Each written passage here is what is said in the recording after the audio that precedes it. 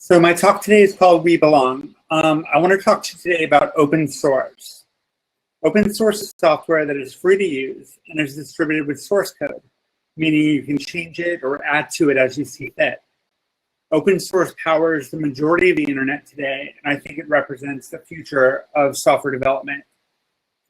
For reasons that I will explain shortly, participation from people in marginalized communities is essential to the healthy growth of open source. I strongly believe that we all belong. Please use this hashtag to continue the conversation on Twitter. We belong in OSS. I need to tell you a little bit about myself to provide some context for what's coming next.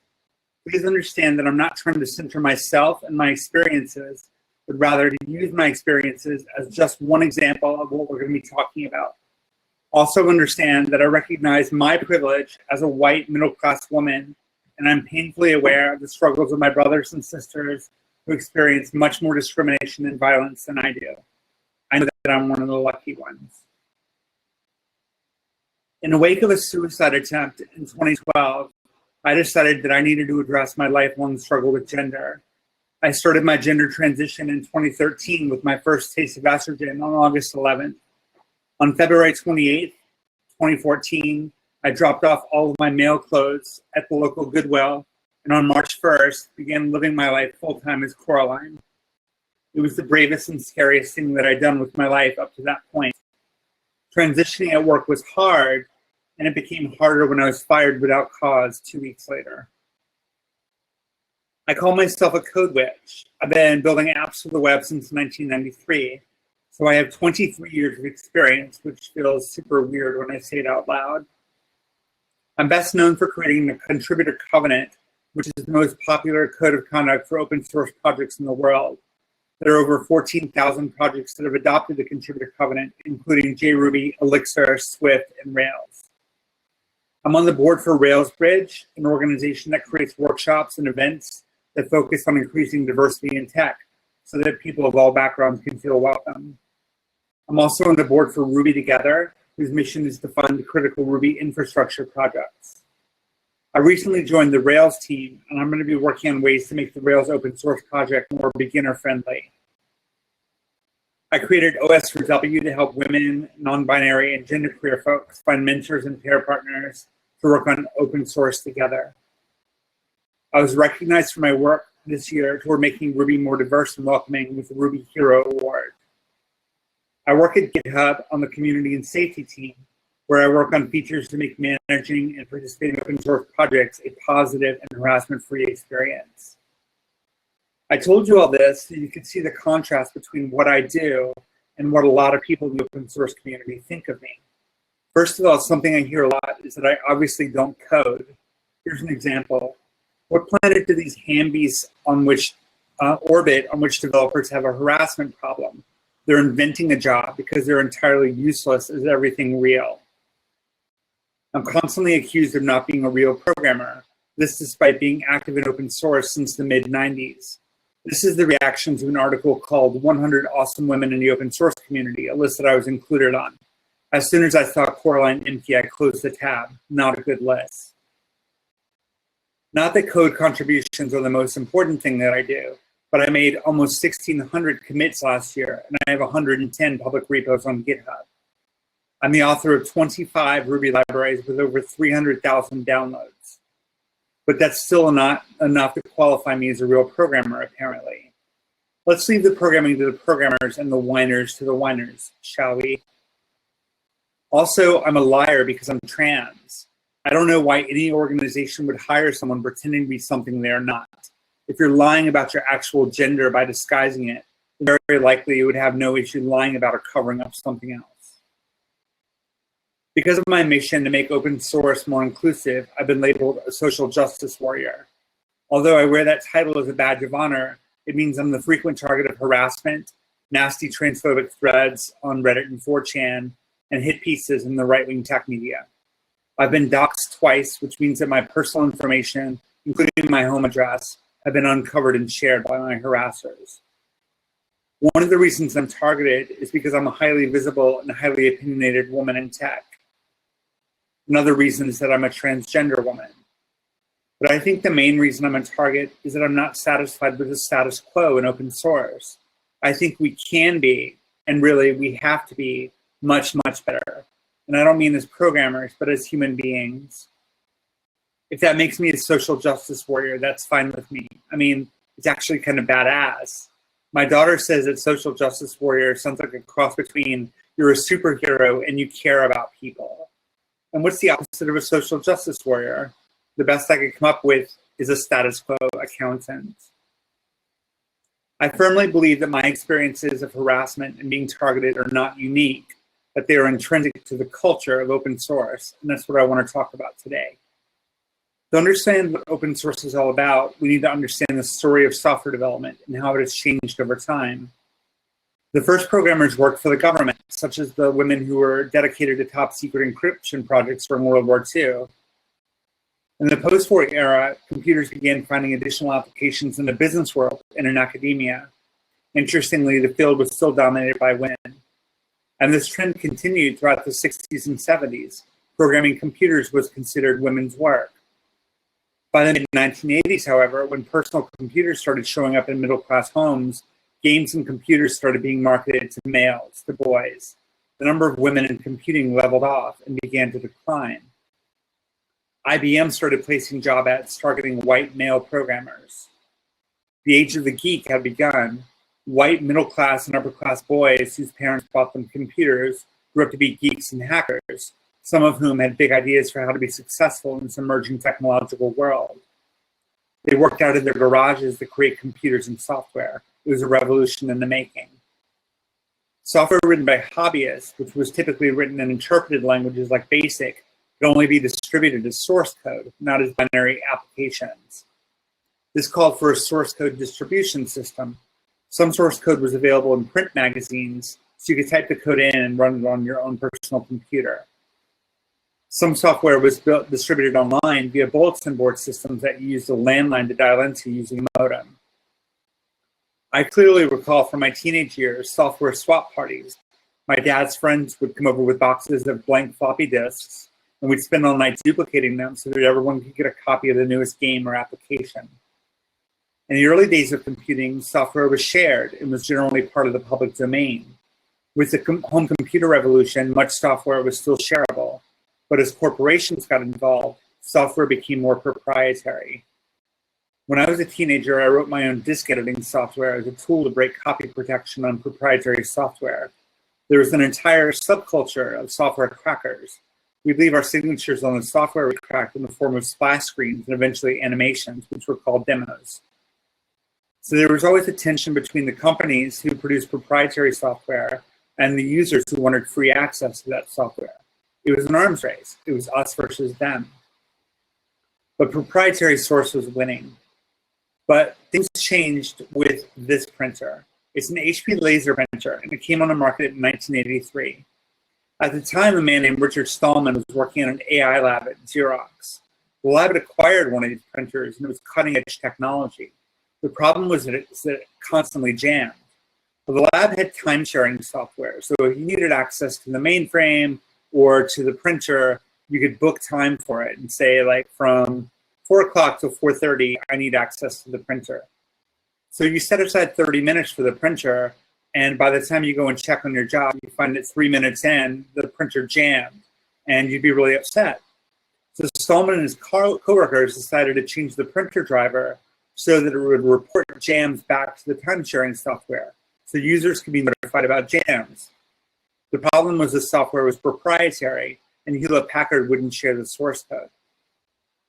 Stallman found out that a colleague at MIT had access to the source code, but that person had signed a non-disclosure agreement and wouldn't share it. Stallman got really angry, not just about the printer, but about the fact that the world was shifting toward proprietary software. This incident led to yet another revolution, that of the free software movement. In the spirit of free software, Stallman eventually decided to write his own Unix-compatible operating system. It was called GNU, which stands for GNU is not Unix, and a community formed around the development of GNU. In the mid to late 90s, when the world discovered the internet, free software became a popular choice for web servers. Apache became the most used web server software, a title that it still holds. Many systems were based on a common stack of software with the Linux kernel at the base, Apache providing web services, MySQL as the database engine, and the PHP or Perl language for providing dynamic pages. This stack, called LAMP, is still popular 20 years later. In 1997, a man named Eric S. Raymond, who we're going to talk about later, wrote an important paper called The Cathedral and the Bazaar, which established a philosophical framework for what would become the open source movement. Raymond is credited with popularizing the term open source, but it was actually coined by a woman named Christine Peterson. In 1997, a web browser called Netscape Navigator was distributed with source code. And this was the first major software package by a corporation in the era of modern computing released as open source. With the advent of the internet, the problem of distribution of source code was pretty much solved.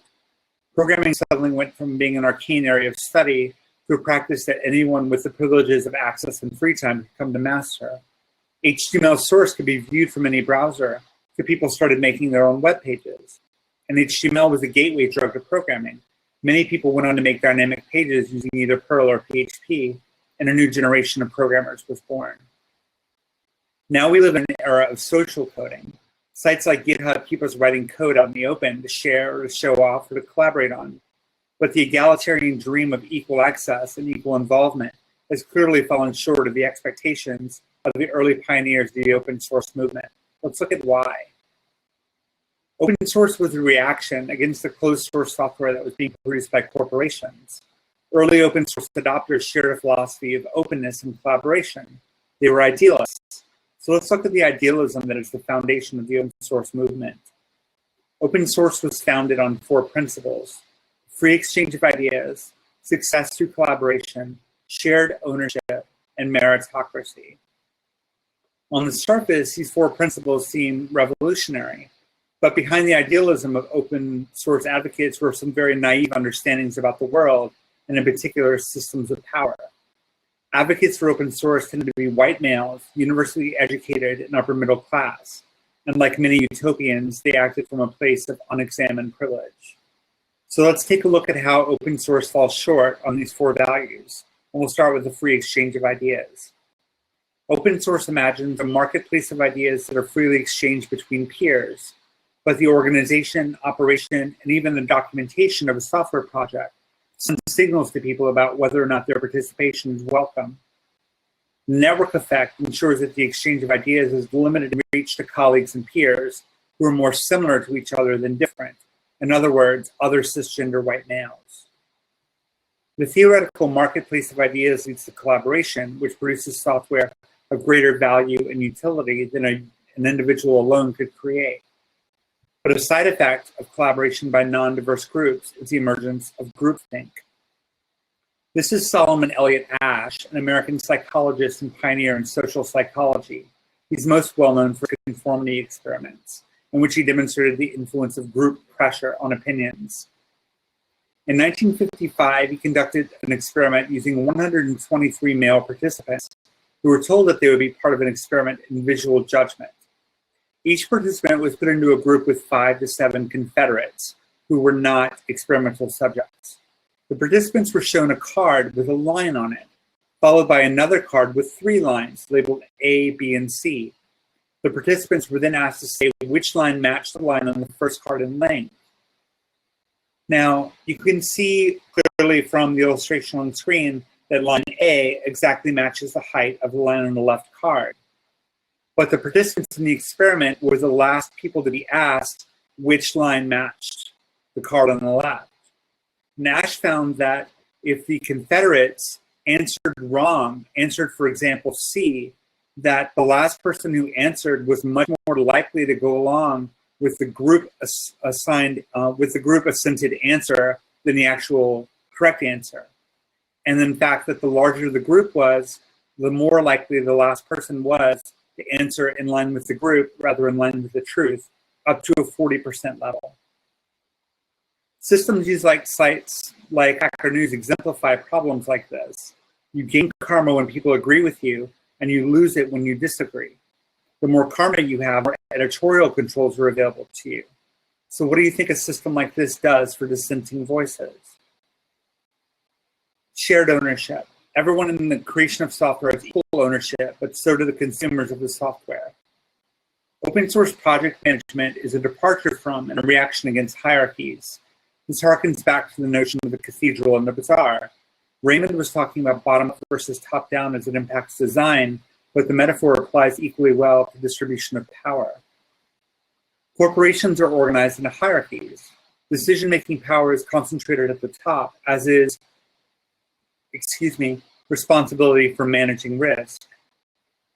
Assets in a hierarchical organization are tightly controlled. People are considered assets and even called resources, and corporations are necessarily conservative. Shared ownership, like in open source models, means that assets are distributed in a network, and information is an asset. There are high degrees of trust and commitment that are necessary. Risk-taking is encouraged because the consequences for failure are less severe in a network of friends. This is the opposite of a hierarchy, and it leads to revolutionary over evolutionary change. But concentration of power, as we often see in open source projects, goes against open source principles and leads to a kind of virtual class. In short, it's not shared ownership if one person or group is benevolent dictatorships, like we see in Linux, are an anti-pattern and are antithetical to the principles of open source. Finally, there's meritocracy. Open source values cannot survive in a world of power imbalances. They necessarily presume a post-racist, post-sexist, enlightened world free of oppression. What happens when these values are brought to bear in our real and imperfect world? They change, they become tainted, they become instruments of oppression.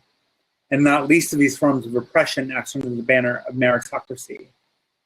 On the surface, meritocracy seems like a fair and equitable system of governance. The best ideas win.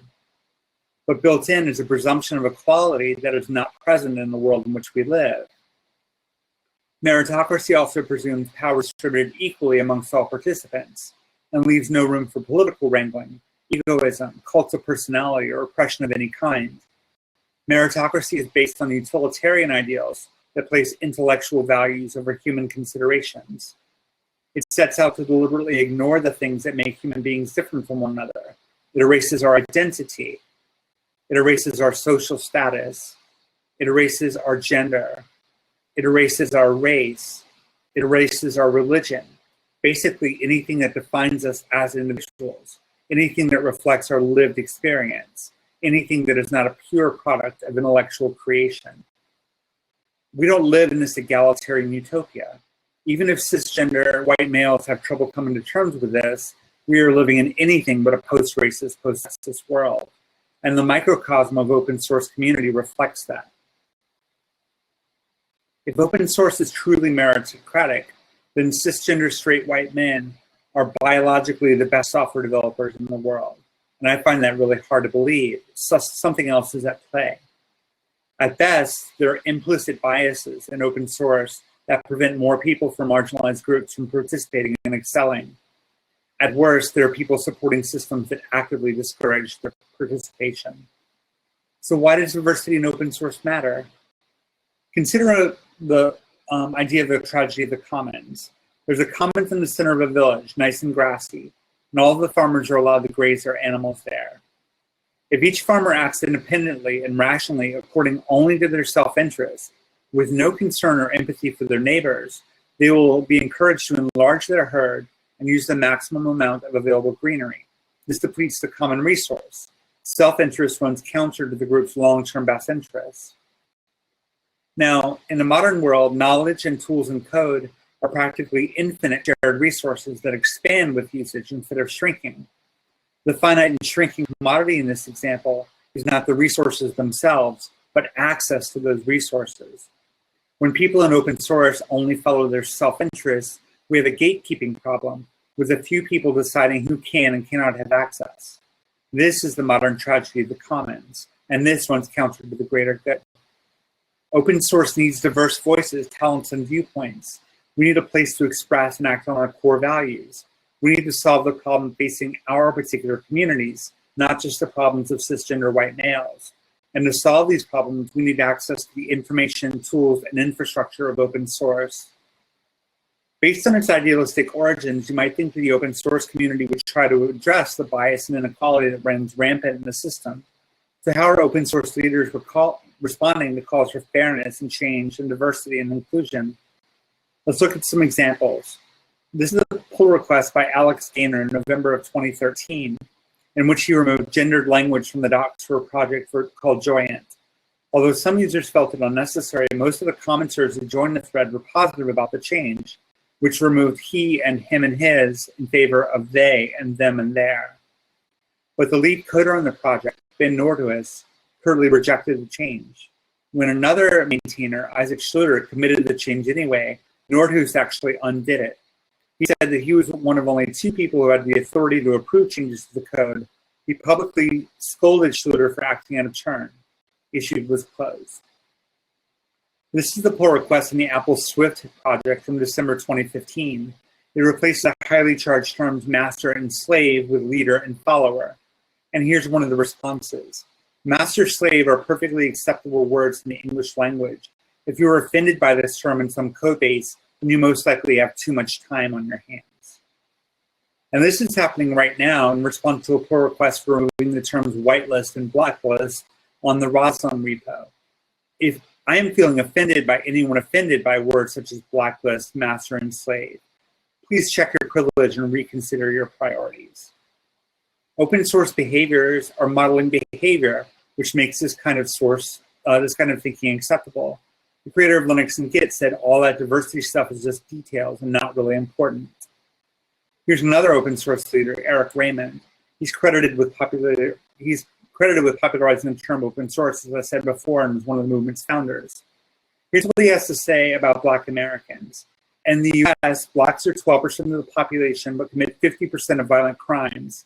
Can anyone honestly think this is unconnected to the fact that they average 15 points of IQ lower than the general population?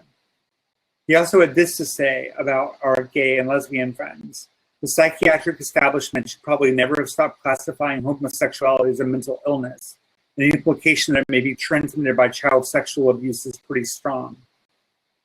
And how does the community respond to these things? In ways like this. I'll agree that it's rather disturbing. However, does it detract from his technical works? That's disgusting. In November of 2015, Eric Raymond wrote a hit piece called Why Hackers Must Eject the Social Justice Warriors. He specifically targeted my work on the Contributor Covenant. He said that I want to replace the cult of meritocracy with something else, and that it's clear that what I want to replace it with is racial and sexual identity politics. He went on to say, this is about whether we will allow diversity issues to be used as wedges to fracture our community, degrade the quality of our work, and draw us away from our duty. Why does he believe that diversity degrades quality? And what is our true duty here? There's RubyConf in 2013. RubyConf had a problem with not enough participation by female speakers in their panel lineup. Now, how did leaders of the Ruby community respond to this crisis? Yukihiro Matsumoto, affectionately known as Matt, had this to say: RubyConf is not a tool to solve our social problems. The program has no discrimination, let it be. We have Rails girls instead. Giving bias to a minority does not solve the problem. It just creates reverse discrimination. It's little wonder that he would go on to refuse a code of conduct for Ruby and remove himself for any responsibility for the Ruby community outside of the code itself. So what can we do to change things? We can send overt signals that our open source project is open and welcoming by adopting a code of conduct.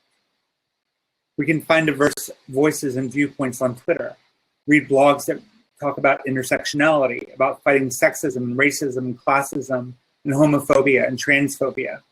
We can recognize the intersection of systems of oppression. And when we find powerful voices talking about things, we can amplify them. Find an organization that's working to address systemic inequalities and support them in any way you can. Find the thing that you're passionate about and throw yourself into the work. Volunteer to mentor, volunteer at events, organize a meetup. Find other people that are like you and join together for support and strength. And if you make a tech industry salary, devote a portion of that salary to regular donations to organizations that are making a difference. Meet other marginalized people who do open source, build a support network, and pair up. Set a good example. Open source your own code. Invite people you trust to collaborate with you. Recognize that you will struggle. Recognize that the hardest part of open source isn't the code. It comes down to a question of values and how we choose to live our values. Software development is historically driven by a population that values intelligence above all else. Within such a demographic, the worship of rationality and objectivity should come as a little surprise. But the religious devotion to the idea of meritocracy perpetuates a system of classism. It props up an elite minority free to spend its time catering to an idealized body of homogenous consumers. This upper class is given the mandate to ensure progress at all costs. It dictates what is valuable and what is worthless. It maintains its status through distribution of investment, wages, and opportunities, essentially exercising gatekeeping authority over the means of intellectual production. A privileged few are thus empowered to limit access to advancement and prosperity. But the importance of access cannot be overstated. And as more diverse individuals, often from non-traditional backgrounds, seek entrance into the open source community, conflict between an emphasis on our humanity and the purely rational values of utility is inevitable. At the center of this conflict is a tension between the idealism on which open source is formed and the reality of the world in which it is practiced. Will we adhere to meritocratic ideals that place our rationality above our humanity? Or will we embrace a messy, beautiful, and ambiguous world in which we celebrate ourselves as human beings first and producers of intellectual values second? In the end, will our value as individuals be measured by the quality of our code or the quality of the human connections that we make? Thank you. You can learn more about my advocacy work and read my occasional blog posts and find out where I'm going to be speaking at my website, where.coraline.codes.